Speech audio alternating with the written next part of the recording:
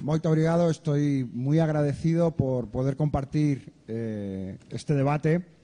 En primer lugar, por poder hacerlo en un lugar tan especial como el Teatro de la Oficina, en un momento en el que es tan importante la cultura, para poder soñar el futuro. Para el pueblo es necesaria la cultura tanto como el comer. Había quien decía que había que luchar por el pan para poder alimentar el cuerpo, pero que había que luchar por la cultura y defender la cultura para alimentar el alma. Y que creo que es importante la existencia y la defensa de lugares como este para poder construir un futuro para todos y para todas.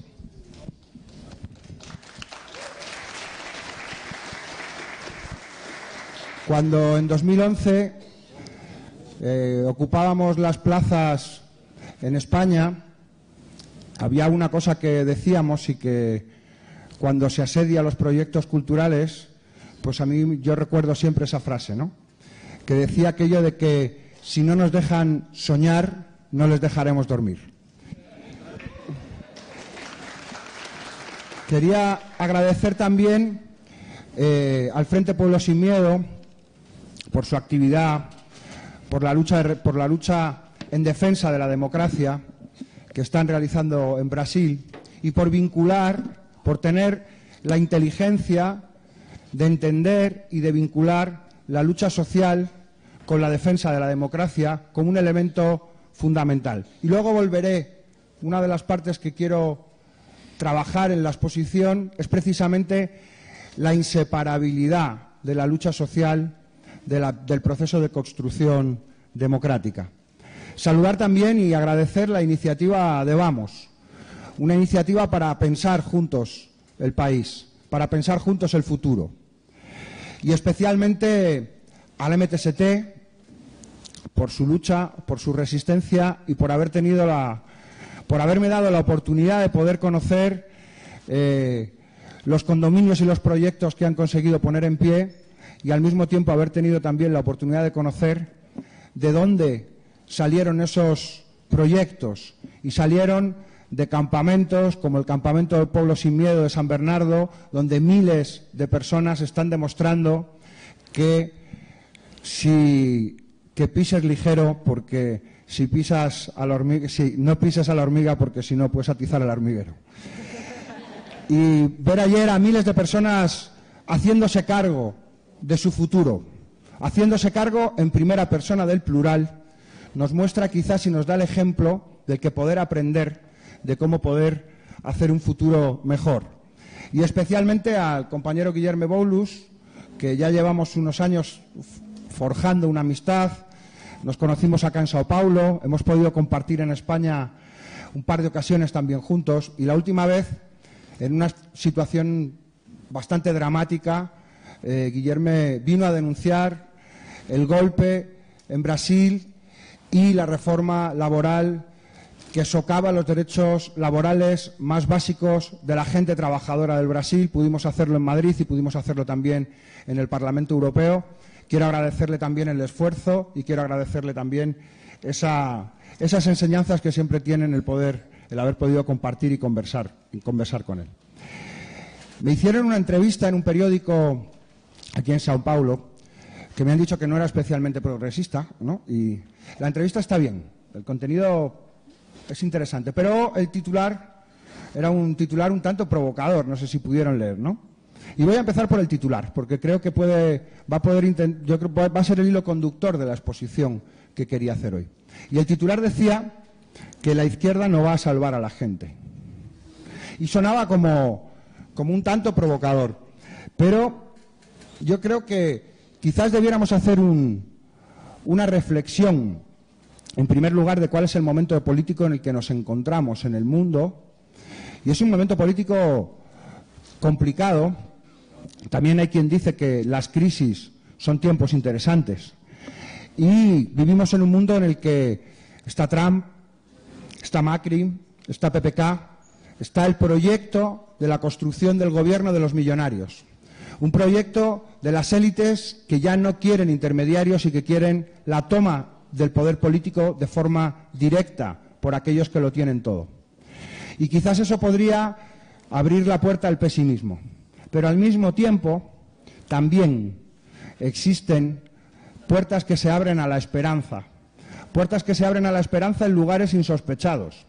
¿Quién iba a decir que un candidato como Bernie Sanders, un outsider, iba a poner en jaque al aparato del Partido Demócrata y al sistema político norteamericano simplemente con las aportaciones de los ciudadanos, con las aportaciones de la gente que empujó una candidatura que estuvo a punto de pasar a la segunda vuelta? En nuestro corazón ha quedado pendiente un pensamiento, y es que solo Bernie Sanders podía ganar a Donald Trump. Y lo hemos visto en el Reino Unido con Corbyn, que ha puesto encima de la mesa un giro copernicano, un cambio absoluto en la línea política del Partido Laborista, y que han intentado destituirlo en varias ocasiones desde el aparato del Partido Laborista, y ha conseguido, no él, sino las ganas de mucha gente que no participaba en política y que se incorpora al proceso político, ha impedido que lo echaran abajo. Y recientemente vimos como en Francia, en la Francia en la que todo el mundo pensaba que nada era posible, alguien como Mélenchon lanzó la Francia insumisa a través de un proceso de participación de la gente y estuvo a punto de pasar a la segunda vuelta.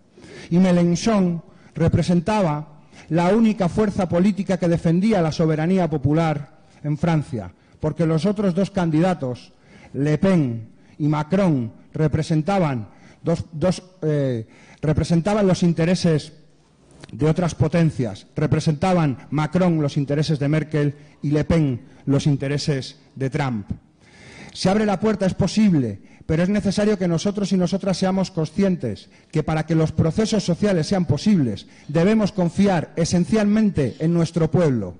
Tenemos que ser capaces de entender que aquellos que hacen todo lo útil y todo lo hermoso que existe en el mundo es la gente trabajadora, que es la que hace que este mundo pueda funcionar todos los días, y que es con quien tenemos que pensar el futuro y que es con quien tenemos que hacer el futuro. Por eso yo hacía esa afirmación, quizás un poco provocadora, en la que planteaba que no es la izquierda quien va a salvar a la gente. Y nosotros partimos y nacimos como proyecto político desde ese convencimiento. Nosotros y nosotras entendíamos que era necesario abrir el proceso político a amplios sectores sociales que no han participado de la política durante todo este tiempo, o que han sido convidados a participar de la política de forma pasiva, introduciendo simplemente un papel en una caja cada 4 años. El voto es una parte de la democracia, pero es necesario que amplios sectores sociales se conviertan en protagonistas del proceso de cambio. Nosotros y nosotras dijimos que el debate no se encontraba en nuestro país entre la izquierda y la derecha, que el debate, que la contradicción, que la batalla se encontraba entre las élites económicas, entre aquellos que no se presentaban a las elecciones y seguían detentando el poder, y la mayoría social, y que era necesario abrir un proceso de construcción popular, un proceso en el que el pueblo se convirtiera en protagonista, y que la obligación de las fuerzas transformadoras, de las fuerzas de izquierda, de las fuerzas que piensan y que quieren un cambio, es poner todos sus esfuerzos, todos sus recursos, toda su energía al servicio del pueblo, al servicio de la gente, porque nosotros y nosotras partíamos de un convencimiento, y es que solo el pueblo salva al pueblo. Y cuando pensábamos en esto, creíamos que era necesario romper algunas lógicas históricas que se habían producido durante toda la noche neoliberal por parte de la izquierda en muchos casos. Demasiadas veces la izquierda le daba lecciones al pueblo. Demasiadas veces la izquierda se sentía en la autoridad moral de decirle al pueblo cuánto se equivocaba. Y creo que la lógica es una lógica de pedagogía bancaria. Es una lógica de transmisión del conocimiento unidireccional. Es una lógica en la que alguien se quiere poner en el pedestal o en la palestra para decirle a la gente que hace posible que este mundo funcione, cómo han de ser las cosas. Y creo que la lógica que tienen que seguir las fuerzas de izquierda, la gente de la izquierda, tiene que ser justamente la inversa. Que el proceso pasa por entender que las fuerzas progresistas, que aquellas fuerzas que se quieran llamar de izquierda, de quien tienen que aprender es del pueblo, de sus prácticas solidarias, de cómo afrontan sus dificultades tendiéndose las manos los unos a los otros y cómo son capaces de enfrentar las peores de las situaciones haciendo las demostraciones más hermosas de solidaridad. Y quizás por eso hay que reivindicar tanto en estos momentos a Paulo Freire y la pedagogía del oprimido como una herramienta fundamental para la construcción popular y para la construcción del futuro de los pueblos. Y cuando pensábamos sobre cuál es el camino que debemos intentar recorrer, cómo articular el programa político. Y nos enfrentamos a una lógica de agenda neoliberal. Y pensábamos cómo el neoliberalismo es antagónico a la democracia. El neoliberalismo comienza atacando los derechos sociales. Y decían, hay una cita apócrifa de Samuelson, que dicen que cuando habló una vez en un congreso de economistas con Milton Friedman, le dijo Samuelson a Milton Friedman, su proyecto solamente se puede imponer con la punta de las bayonetas. En el origen de la agenda neoliberal, en el origen del neoliberalismo, está la negación de la democracia y está la negación de la libertad. Y eso es algo que debemos grabárnoslo a fuego. Y eso es algo que viene en el acervo de la memoria de nuestros pueblos. Y quizás, de manera especial, de los pueblos latinoamericanos que vivieron y fueron el objeto del laboratorio del experimento neoliberal, imponiendo dictaduras militares para poder imponer nuevas formas y la nueva organización social que quería imponer el neoliberalismo. Y eso nos tiene que dar que pensar. Nos tiene que dar que pensar que don Benito Mussolini estuviera apuntado a un instituto de investigación fundado por von Hayek. Nos tiene que dar que pensar que el propio Mussolini hablase de que su proyecto económico era volver a la economía manchesteriana, esa economía, esa forma de producción donde los trabajadores y las trabajadoras no tenían la posibilidad de organizarse y de defenderse sindicalmente y donde se depauperaban hasta la extenuación las condiciones de trabajo de la gente. Y eso nos debe dar a pensar y a buscar cómo podemos recuperar los tesoros del siglo XX. Y políticamente creo que los pueblos del mundo tenemos un tesoro que se llama Declaración Universal de Derechos Humanos de 1948. La Declaración Universal de Derechos Humanos de 1948 es el resultado de la victoria de la humanidad sobre el fascismo. Y la reflexión de los pueblos en ese momento vino a decir que son inseparables y forman parte del núcleo duro de la construcción de la democracia, la unión de los derechos sociales con los derechos civiles y políticos.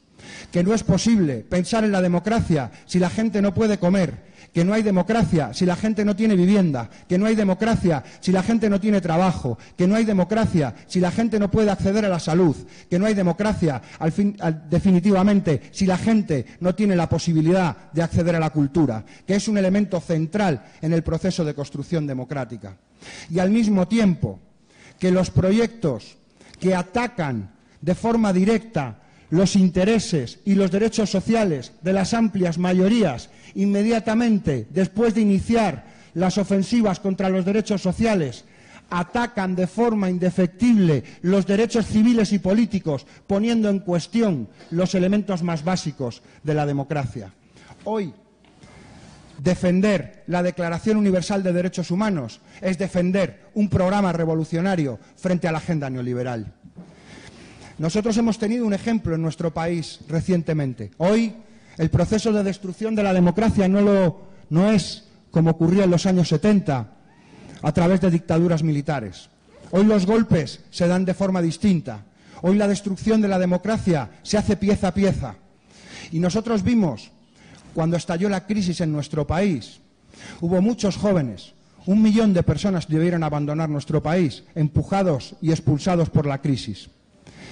Y fijaros, las élites, los dos partidos del régimen, el bipartidismo, que es quien ha regido los destinos de nuestro país, decidieron que a la gente cuando se iba del país había que quitarle la tarjeta sanitaria en el momento en el que salieran del país durante más de 3 meses. A los 3 meses perdían el derecho a la salud. Y ellos sabían que eso era peligroso porque era mucha gente la que salía fuera. ¿Y sabéis cuál era la otra idea? ¿A qué iba unido el retirarles la tarjeta sanitaria? Retirar el derecho al voto de nuestra población migrante y someterlo a la ignominia del voto rogado, que es que tengas que rogar tu voto, y el resultado es que tan solo un 5% de las personas migradas han tenido la oportunidad de poder votar en las últimas elecciones, porque saben que ese millón de personas se pueden convertir en un sujeto político en el momento en el que se atenta contra sus derechos sociales. Por eso es tan importante para ellos recortar no solo los derechos sociales, sino recortar también los derechos civiles. Por eso son enemigos de la democracia. En nuestro país, cuando se impusieron los recortes sociales más salvajes desde la vuelta de la democracia a nuestro país, también necesitaron imponer una ley mordaza que criminaliza el derecho de reunión, la libertad de expresión, que atenta contra los elementos más básicos de una democracia. Y hoy hemos visto cómo nuestra democracia se depaupera, se destruye poco a poco, se hace fosfatina, se hace pedazos a manos del poder. Y probablemente hayan visto, porque ha salido en el mundo entero, qué ha ocurrido en Cataluña recientemente y cómo, frente a un problema político, en vez de debatir políticamente, en vez de buscar soluciones democráticas, se utiliza el autoritarismo, se utiliza la violencia contra la población. Pero no es un caso aislado.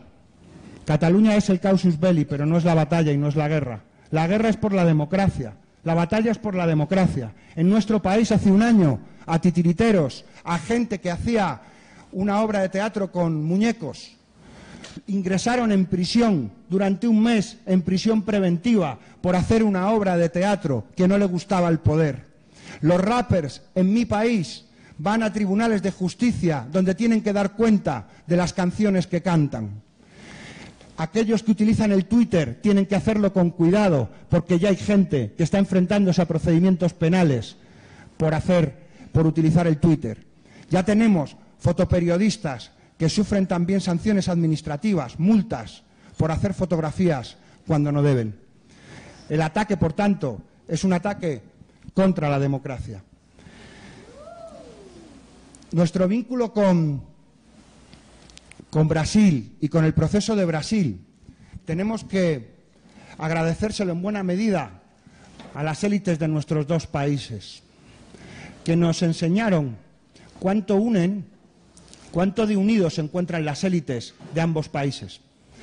Fue muy difícil que Rajoy fuera presidente. Cuando nosotros entramos en el Parlamento, todo el mapa político cambió y no salían las sumas de diputados. Mi país es un país...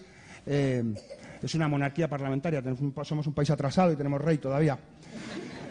Y para poder poner el presidente del gobierno se vota en el Parlamento.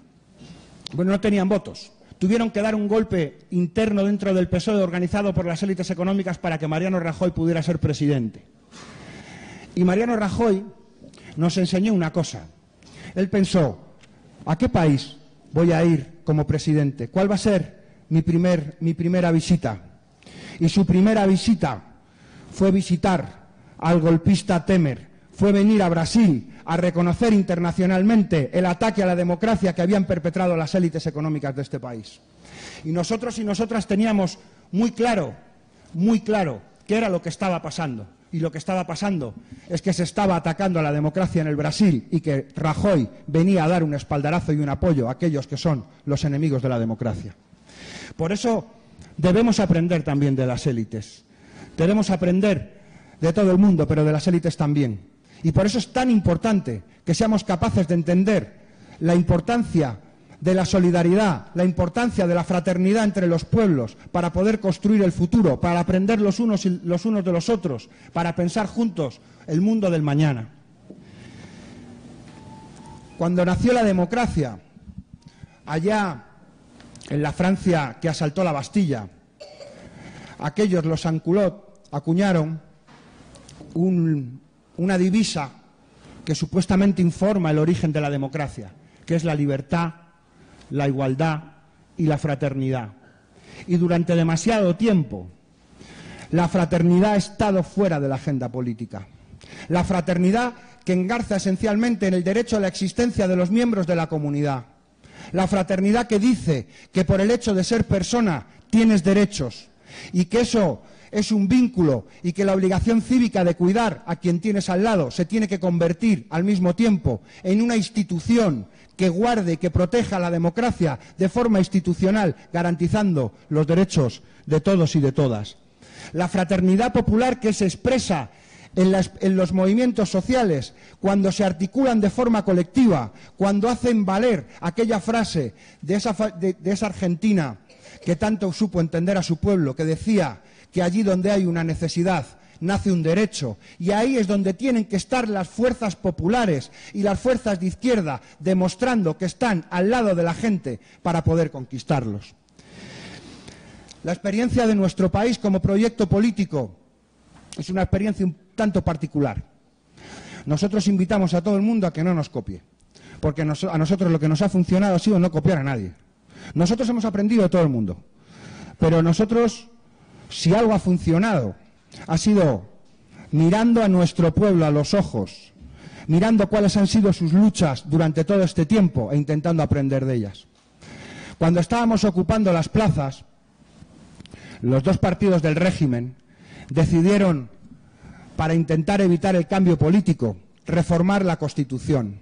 Reformaron el artículo 135 y dijeron que por delante del derecho a la salud, que por delante del derecho a la educación, que por delante de los salarios de los trabajadores públicos, que por delante de las prestaciones sociales, estaba pagar los intereses de la deuda. Atacaron directamente la soberanía de nuestro país, atacaron directamente la soberanía popular. Y además, a la gente que estábamos en las calles, nos dijeron que si queríamos cambiar algo, no teníamos que estar en las calles, sino que teníamos que presentarnos a las elecciones. ¿Cuántos se habrán arrepentido, muchos de los que dijeron esa frase, por habérnoslo dicho? Y después de ese 2011 vinieron muchas luchas.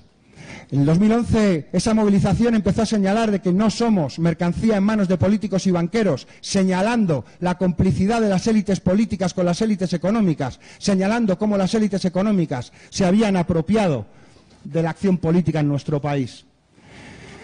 Y reclamábamos además una democracia de 365 días que no se podía limitar única y exclusivamente al voto, sino que se tenían que abrir cauces de participación directa, que era necesario construir una democracia participativa donde la gente fuera protagonista del proceso político, donde se produjese un proceso de empoderamiento popular. Y vinieron más luchas, la lucha contra los despejos, contra los desahucios que decimos nosotros, que ejecutaban los bancos, contra la gente que no podía pagar los préstamos inmobiliarios. Y vinieron las luchas en defensa de la educación pública, la marea verde, en defensa de la sanidad pública, la marea blanca. Vinieron las luchas de los trabajadores públicos contra los recortes. Vinieron las luchas de la gente trabajadora en contra de las reformas laborales. Y hubo un momento en el que vinieron unas elecciones europeas y un chico con coleta que acudía a menudo a las tertulias de televisión, planteó una pregunta. Si quieren que me presente, estoy dispuesto a presentarme si se reúnen 40.000 firmas. En 24 horas, 100.000 personas decían que era necesaria una nueva fuerza política en España, que pusiera encima de la mesa acabar con el régimen del 78 y plantear una apertura democrática que abriera la agenda política de la democracia en nuestro país. Nos dijeron en principio que no teníamos lugar, que no había espacio político, que todas las posiciones estaban repartidas en el proceso político. Pero la realidad fue que primero en las elecciones europeas se abrió un espacio y los partidos del régimen bajaron en picado en el porcentaje de voto, y que posteriormente en las elecciones autonómicas, en las elecciones municipales, se abrieron nuevos espacios de cambio.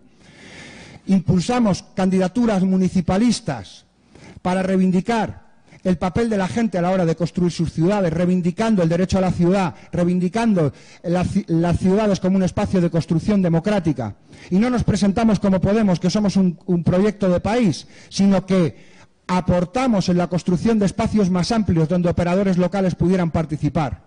Y hoy las principales ciudades de nuestro país se encuentran gobernadas por proyectos de cambio, por proyectos que están fuera de lo que fueron los partidos clásicos. Y fuimos a las elecciones generales, y es cierto, no ganamos. Las estadísticas nos daban que bajábamos muchísimo más, pero nos convertimos en una fuerza constituyente.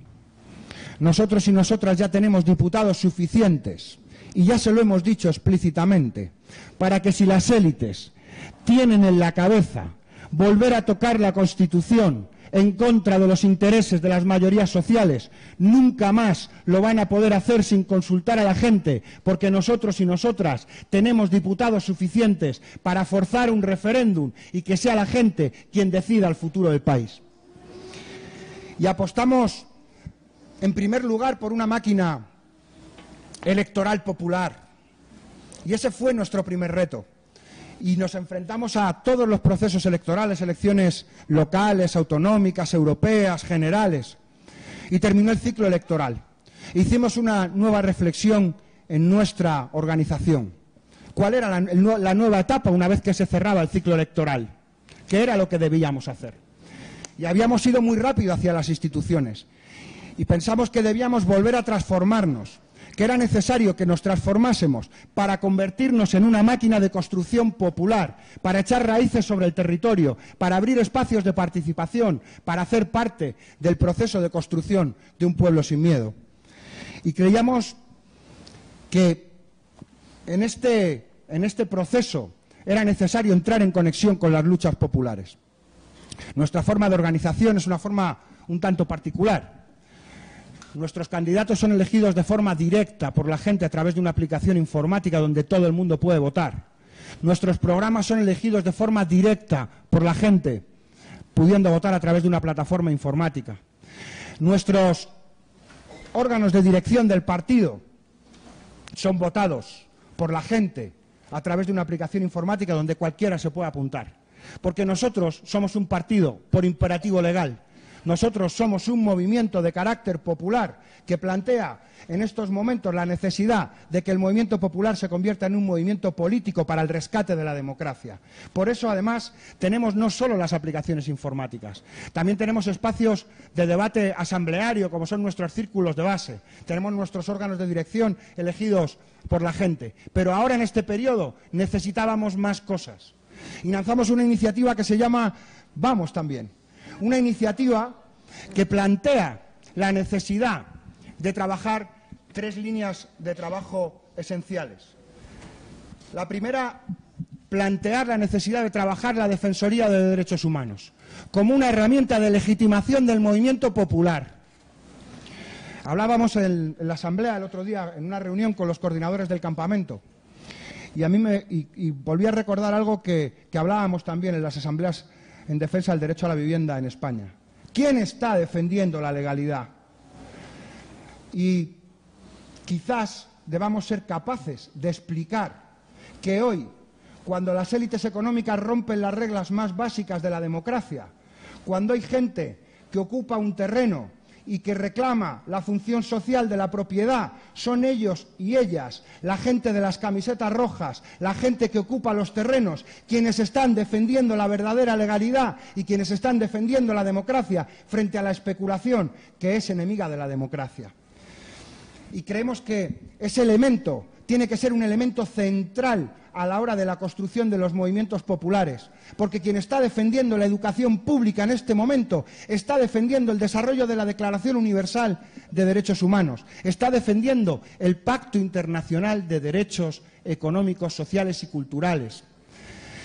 Quien está defendiendo la salud, quien está defendiendo el derecho a la alimentación, está defendiendo la legalidad que es supraestatal, que es la legalidad mundial construida por los pueblos. Voy terminando ya. Y creíamos también que era importante trabajar la facilitación social, trabajar el aporte el aportar nuestro granito de arena en los movimientos populares. Y concebimos una nueva forma de explicarlo. Durante el siglo XX había muchas organizaciones de izquierdas que decían ser la vanguardia, ¿no? La vanguardia que conduciría al pueblo a la victoria. Nosotros queremos ser la retaguardia. Nosotros queremos estar detrás de la gente que está dando la pelea, dando todo lo que tenemos para conseguir que la gente gane. Cuando nosotros llevamos una propuesta al Parlamento, una de las cosas que repetimos una y otra vez es que lo que estamos planteando en el Parlamento no es una propuesta de Podemos. El año pasado planteamos una propuesta contra la pobreza energética en el Parlamento español. Y cuando subíamos a la tribuna les decíamos al resto de fuerzas políticas, no se confundan, no es la propuesta de Podemos, es la propuesta del Movimiento Popular que en 7 puntos se ha puesto de acuerdo y dice estas son las reivindicaciones para hacer frente a la pobreza energética. Y nosotros y nosotras solo queremos ser, nada más queremos ser, una herramienta al servicio del Movimiento Popular. Es el pueblo quien manda y nosotros obedecemos.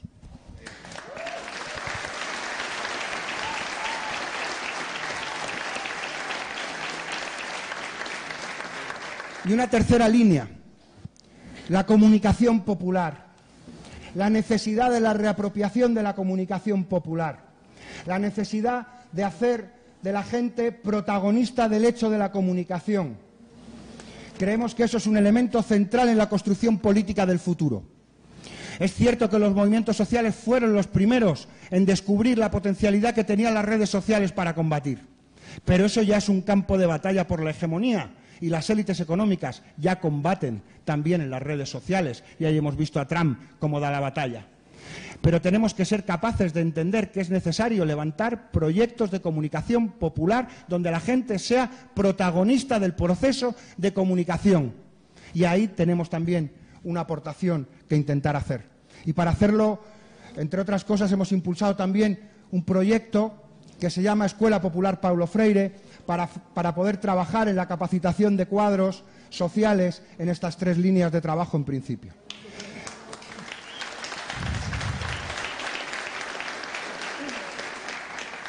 La izquierda debe poner todas sus herramientas, todo su esfuerzo al servicio de la gente, para que sea la gente quien haga los cambios políticos. En estos momentos es necesario construir el proyecto político de la esperanza y del empoderamiento popular.